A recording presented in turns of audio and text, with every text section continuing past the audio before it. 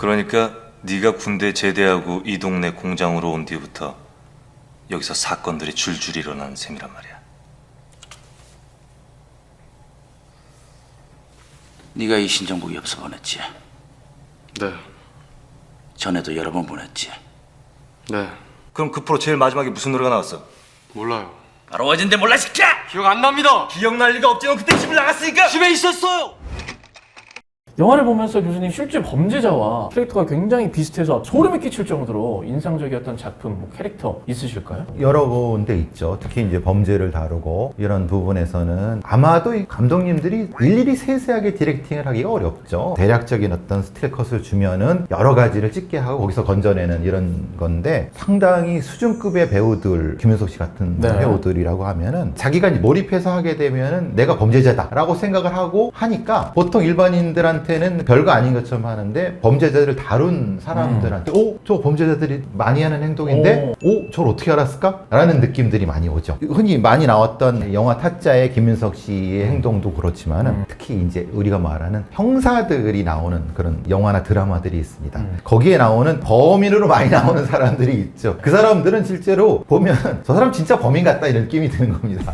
왜냐면 앉는 장면, 취조하는 장면 보면은 저 사람은 그걸 오랫동안 몸에 넣고 있는 거예요. 그러니까 거꾸로 되는 거죠. 그 사람이 경찰로 캐스팅됐어도 범죄자처럼 행동하는 거예요. 그게 대표적으로 이제 말하자면은 뭐 경관의 피라는 영화에서 박희순과 조진웅 씨 같은 경우는 이제 바뀌는 형태가 되죠. 예를 들면은. 근데 이제 우리가 애니메이션은 얼굴 표정이 다 드러나지 않잖아요. 행동이란 것도 얼굴에는 수많은 근육이 있는데 그걸 다 표현하기가 좀 쉽지가 않은 것 같아요. 우리가 뭐 김전일 같은 애니메이션이나 이런 데도 잘 안 헷갈려요. 왜냐하면 보통 이런 형태의 실제 사람들이면은 그 배우들은 사실 자기 역할이 있잖아요. 네. 자기 역할은 범인 역할이고 아니면 범인인 척하는 역할이고 경찰 역할이 그러면 거기에 맞게끔 여러 가지 훈련된 걸 하는데 근데 애니메이션은 사실 그걸 하기가 어렵잖아요. 그래서 조금 근데 필체는 느껴져요. 왜냐하면 그거를 그리는 사람이 일관돼 있다고 하면은 이 사람은 요 행동에서는 범인인 틱하는 걸 표현하는구나 라는 정도는 느끼는데 근데 그거 좀 어려워요. 이 범죄 전문가의 눈에만 보이는 이 범죄자의 특징을 잘 표현한 영화 교수님께서 몇 가지 가져오셨는데요. 살인의 추억의 그 취조실 장면. 사실 봉준호 감독의 살인의 추억은 명작 중에 명작이죠. 그렇죠. 박해일의 발견. 특히 저는 이제 박해일의 아주 앳된 얼굴, 미소년 같은 네. 전혀 범죄틱하지 않는 근데 그 미소년 같은 얼굴이 범죄자의 얼굴로 변하는 순간이 있습니다. 네.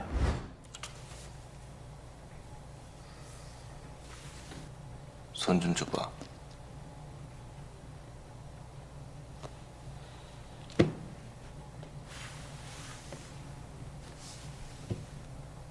손이 아주 부드럽네. 그러니까 네가 군대 제대하고 이 동네 공장으로 온 뒤부터 여기서 사건들이 줄줄 일어나는 셈이란 말이야. 맞지? 네가 이신정국 엽서 보냈지? 네. 전에도 여러 번 보냈지? 네. 그럼 그 프로 제일 마지막에 무슨 노래가 나왔어? 몰라요. 바로 어젠데 몰라 새끼야! 기억 안 납니다. 기억날 리가 없지. 넌 그때 집을 나갔으니까. 집에 있었어요. 진짜 앳되네요. 그렇죠. 앳되죠. 김상경 씨하고 송강호 씨가 지하실에서 취조를 시작하는 과정에서 박해일이라고 하는 캐릭터가 확 바뀌는 굉장히 유명한 장면이죠. 유명한 장면이죠. 네. 그 부분이 사실은 범죄자를 많이 다뤄본 사람 입장에서도 깜짝깜짝 놀랄 정도의 대표적인 장면이에요. 그리고 계속 묻습니다. 네. 그 다음에는 아래를 깔고 손. 왜냐 피해자가 손이 굉장히 부드러웠다는 그런 맞아요, 진술이 맞아요. 있죠. 그래서 네. 당연히죠. 저 장면 이후에는 이제 박해일이 범죄자 모드로 됩니다. 그 전에 미소년 모드에서 이 장면이 전환이 되는 전환돼 그런 감정이 장면이군요. 전환돼요. 실제로 제가 경찰학교라든가 이런 수사관들한테 저 장면을 많이 보여줍니다. 인간이 자신이 감정이 변할 때 특히 목주위나 목덜미 쪽에 혈액이 모인다고 합니다. 그래서 거기가 간지럽다고 합니다. 그래서 이제 긁는 거죠. 저렇게 면담할 때 특히 이제 얼굴에 손을 갖다 대고 그러면은 요때부터는 여게 이제 말하자면 거짓말이다 아니면 앞에 한 거를 바꾼다 그렇게 판단을 하죠. 결정행동이라는 표현을 씁니다. 저거 외에 또 다른 어떤 제스처는 뭐가 있을까요? 자세를 고쳐 앉거나 이게 뭔가 불편하구나. 그렇죠. 방향을 틀거나 네. 이런 경우들이 있습니다. 살인의 추억 영화를 보면 또 의심을 받는 피의자? 그 두 캐릭터와 비교했을 때 박해일이 맡은 캐릭터에게서 드러나는 특별한 행동? 뭐가 있을까요? 사실 뭐 영화상으로는 굉장히 침착하고 감정적 동요가 없는 식으로 나타나고 다른 캐릭터들은 상당히 뭐라고 하나 격정적이라고 하나 부정을 많이 하고 네. 막 말도 많이 하고 이런 특징들이 나타나죠. 그러니까 아마 봉준호 감독은 박해일 캐릭터를 아주 그 무감하고 무심한 형태의 캐릭터로 그냥 설정한 것 같아요. 저 부분에서 보통 사람들이 보기에는 별로 관심이 없는 사람 같은데 라고 하지만은 설정상으로는 저 범인이라고 범죄 전문가들은 이렇게 느끼게 하는 거죠. 앞에 말하는 다른 캐릭터들보다는 그렇죠. 앞에 이제 뭐 등장했던 캐릭터들을 보면 괜히 의심을 받는 거였는데 받게 되는 형태가 됐죠. 어떤 이제 불편한 행동들 때문에. 어떻게 보면 되게 단순한 장치인데 고급 장치죠. 그렇죠, 네. 그렇죠. 그리고 이제 두 번째로 가져오신 영화가 경관의 피, 박희순이 조진웅을 취조하는 장면. 출처가 어디냐? 말씀드렸지 않습니까? 협찬받은 거라고. 그게 누구냐? 연남에? 대장님, 감당은 할 수 있고요. 난 그런 돈 감당 못하지. 절대 깨끗한 돈이 아닐 텐데. 뭐 세상에 깨끗한 돈이란 것도 있습니까? 그런 돈으로 범죄자를 잡겠다고. 설마 그게 정의라고 생각하는 건 아니지? 남들이 자기를 뭐라고 생각하든지 난 관심 없고, 뭐 경찰이면 범인 잡고 사건을 해결해야 경찰이죠. 쓰레기 같은 새끼. 대장님, 각자 하는 일 열심히 하십시다. 나는 수사하고 계장님은 경찰도 뭣도 아니면서 경찰인 척 열심히 자기 일하는 다른 경찰 뒷공문이 쫓아다니면서 감찰하시고 됐죠? 넌 남덩어리야. 메스를 대서 잘라버려야 돼.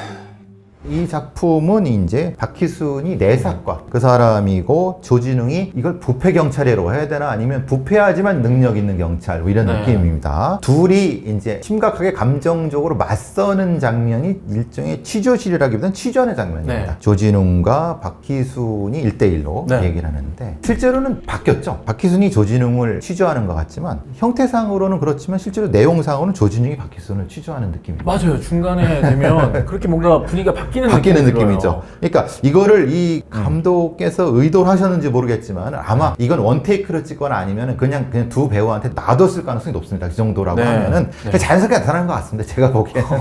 그럼 거기서 어떤 범죄자의 특징 이런 것들을 발견. 말하는 특성이라든가 자세 같은 형태가 그렇죠. 네. 자기도 모르게 연기를 하다 보면 나타나는 겁니다. 이 정도의 배우의 경력이라고 하면. 저는 이 장면을 몇 번을 봤는데 잘 캐치를 못하겠어요. 네. 이게 분명히 이제 기세가 전환되는 그런 것들은 알겠는데 흐름상 이제 조진웅이 이전에는 부패하고 뭔가 잘못된 경찰인 느낌이었는데 아니 사실 그게 아니야. 그 정도도 가능하지 않나라고 하는 감독의 디렉팅의 전환일 수 있습니다. 그 기점이. 근데 그거는 말하자면 평론가든 아니면 이걸 보는 사람이 그건 판단할 문제죠. 그러니까 그걸 그렇게 퀘스천 마크로 놨을 수도 있습니다. 제가 보기엔. 지금 다시 이게 교수님 설명 듣고 그 장면을 이렇게 복귀해 보니까 확실히 연출이 좋았던 것 같아요. 그렇죠. 배우들의 네. 연기도 좋았고 내용상 박희순이 맡은 캐릭터도 당당하지만 않은 그렇죠. 또 예, 이제 그렇죠. 부분들이 있거든요. 네. 이게 네. 사실 내사과 감찰이니까 자기는 이런 형태의 깨끗한 정의 이런 걸 하지만은 실제로 그 장면이 끝나면 그게 맞아? 박희순이 나쁜 놈 같을 수도 있겠네라고 하는 느낌이 들 수도 있는 거거든요. 그 장면을 포착을 네, 하신 그죠. 거죠. 그리고 세 번째 영화 속 장면은 체포왕이라는 영화입니다. 좀 됐죠. 예, 박중훈 씨, 이성균 씨가 예. 주연을 했던 영화로 기억을 하는데. 굉장히 실제 사건을 한 거고요. 굉장히 잘 만든 영화입니다. 아. 예. 최대한 협조 부탁드리며 미안합니다. 수사영장도 없이 뭐 하는 짓입니까? 강사 중에 발발이 없으면 뭐 책임질 겁니까?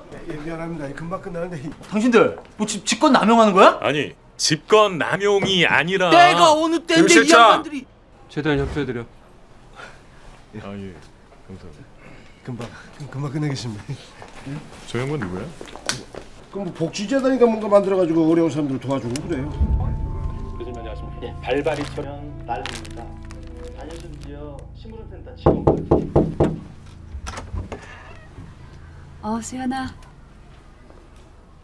이 영화에서 범죄자 예. 발발이 역할을 맡았던 그 최덕문 배우의 첫 등장 장면을 꼽으셨어요? 최덕문의 발견이죠. 사실은 최덕문이라고 하는 배우는 그전에는 그렇게 주목도가 없었을 겁니다. 근데 이제 왜냐하면 그전에는 그런 캐릭터가 없었을 거예요. 아, 그런 것 같네요. 근데 이 최덕문이라고 하는 배우가 그걸 굉장히 연구를 많이 하신 것 같습니다. 여기서의 영화적인 표현은 손이었거든요. 2, 3층을 막 올라서고 암벽 등반을 하기 때문에 손에 막 굳은 살이 있을 것이다 라고 생각하는데 그건 사실은 내용 전개가 잘못된 겁니다. 왜냐하면 암벽 등반은 손가락으로 하는 거지 손으로 하는 게 아니거든요. 아, 그렇죠, 그렇죠. 예. 그래서 근데 거기서 이제 손을 막 보고 그러는데 그게 지금 잘못됐다기보다는 그렇게 한 이유가 뭐냐면 처음에 이제 최덕문이 등장하고 그 최덕문을 보는 피해자들의 두려움에 떠는 장면에서 이 최덕문이 하는 모양과 눈빛 자체가 굉장히 당당하다. 실제 그런 특징을 갖습니다. 약간 좀 비스듬하게 서서 자신의 피해자를 약간 지배하듯이 이렇게 봅니다. 그러면 어떤 효과가 나타나면 분명히 저게 범인인데 정신이 혼미될 정도입니다. 글쎄요, 저는 사실 최덕문 씨를 그전에는 잘 몰랐는데 여러 번 반복해서 보고 실제로 이 영화를 가지고 수사관들한테 이거 보여주면서 이런 네네. 걸 많이 하는데 감탄할 때가 많습니다. 아. 저걸 저렇게 연기했다고 하면 저 사람은 진짜 캐릭터 연구가 잘 되신 거예요. 아. 최덕문 씨는. 영화 속 범죄자 캐릭터 범죄를 저지르기 전에 뭐 화장실의 거울이라든지 비치는 물건을 통해서 이제 반사되는 자신의 모습을 볼 때가 있어요. 미러링이라고 하죠. 네네. 예. 그 이유가 뭘까요? 첫 번째 어떤 학자들은 자존감 문제라고 하기도 자존감 하고 문제? 자기 확신 이런 문제도 합니다. 보통 이제 연쇄살인범들이 자존감이 훨씬 낮아서 자존감을 회복하는 방법으로 사람을 죽이면서 자신의 어떤 대단함을 과시하려고 하기 때문에 그러기 위해서 가장 중요한 거는 자기를 확인하는 거죠. 자신의 존재를.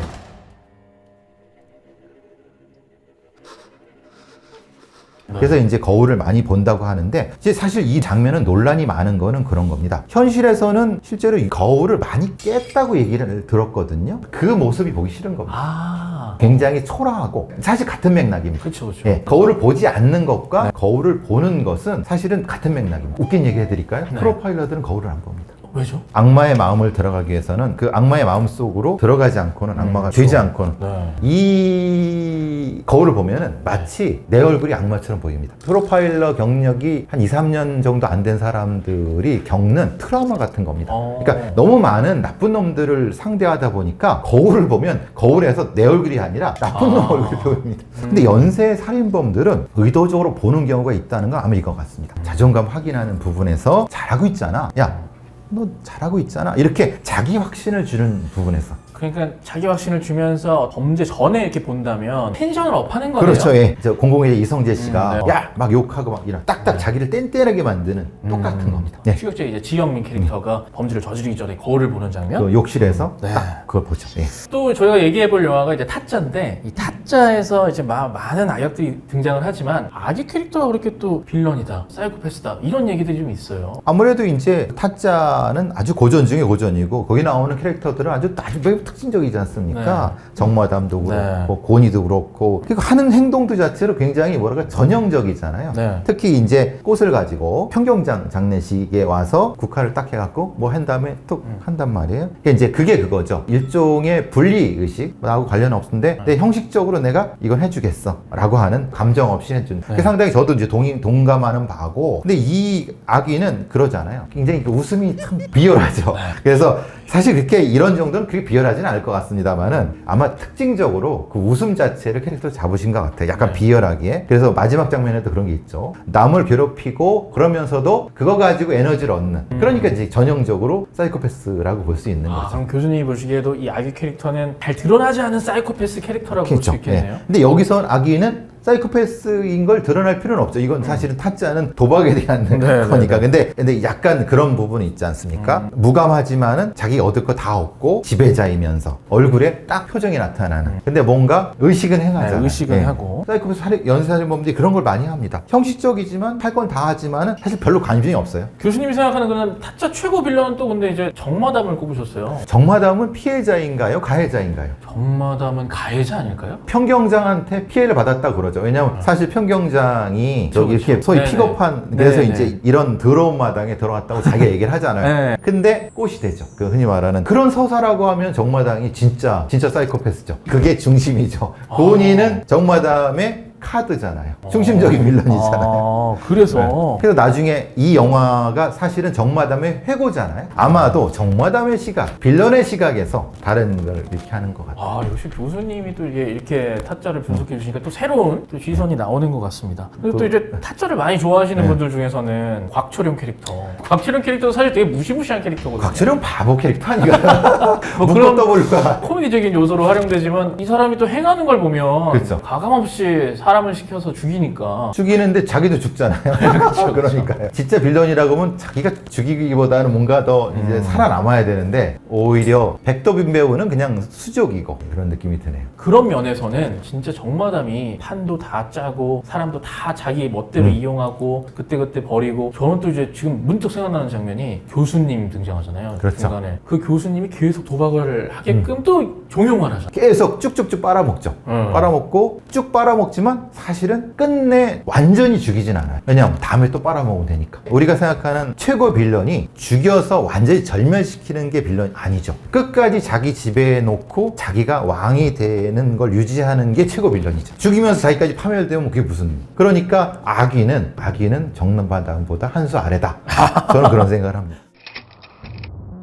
최근에 본 영화 중에는 진짜 헤어질 결심을 잘 봤고요. 거기에 탕웨이 씨의 심리 묘사는 진짜 맞아요. 아주 수작입니다. 탕웨이 씨가 나쁜 사람일까요? 탕웨이 역할이? 그런 생각을 많이 하게 되더라고요. 그렇죠. 진짜 나쁜 사람인 건지. 그게 사실은 심리적 묘사가 잘 된 거죠. 그렇죠. 그러니까 사실은 이 사람이 나쁜 사람인지 영화 보고 나면 좋은 사람인지 이 사람이 거기서 죽었다는 건지 아니면 사라졌다는 건지 그런 여운, 심리적 여운을 오래 하는 게 사실은 좋은 영화죠. 해석의 가능성이 있으니까. 그러니까 그런 영화들이 요새 많아지는 거 보면은 확실히 심리묘사에 있어서는 그런 수작들이 많이 있는 것 같아요. 요즘 뭐 DP도 있고 아니면 굉장히 나쁜 어떤 캐릭터를 표현을 하는데 느낌이 드는 거예요. 이게 진짜 나쁜 사람인가? 아, 그런 게 되게 잘 표현이 된 거군요. 표현이 되는 심리가. 거죠. 그런 게. 요새는 그런 거에 한국 영화가 잘 나가는 이유가 그런 것 같아요. 캐릭터를 너무 연구를 잘 하시는 것 같아요.